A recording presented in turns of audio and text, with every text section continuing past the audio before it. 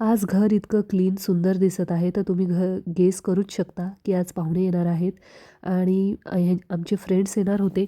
म्हणून आम्ही फटफट घर क्लीन केलं आणि मग त्यांना आम्ही आता पोहेच करणार होतो, कारण का ते आता अर्ध्या तासात येणार होते आणि अर्ध्या तासात आता काय होणार, म्हणून लगेच मी पोह्याचं सर्व साहित्य काढून घेतलं, शेंगदाणे, डाळ कारण का पोहे ते मी आल्यानंतरच करणार होते, पण बोलता बोलता एखादं काही राहील टाकायचं, म्हणून मी सर्व घेतलं आणि मग छान पोहे केले, त्यांना चहा केला, बिस्किट दिले आणि त्यानंतर बघा माझ्या किचनचे असे काही हाल झाले होते. म्हणजे जे साफ केलेलं होतं ते सगळं असं झालं होतं आणि पाहुणे येणार म्हटलं की काचेचे ग्लास निघतात, मग काचेचे ग्लासही काढले होते आणि त्यानंतर मी सर्व भांडे घासायला घेतले. चटणीमीठाचा डब्बाही घेतला, कारण का तोही चिकट झाला होता आणि माझं पिल्लू आणि हे असं खेळत होते. हे त्याला बड्डेला गिफ्ट मिळालं आहे, तर ते खेळणं सुरू होतं त्याचं.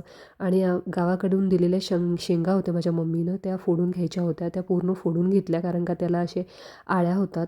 आणि झालं आता संपल्या शेंगा आणि त्यानंतर मी रात्रीचा आता पोहे खाऊन घेतले होते, त्याच्यामुळे एवढी काही भूक नव्हती.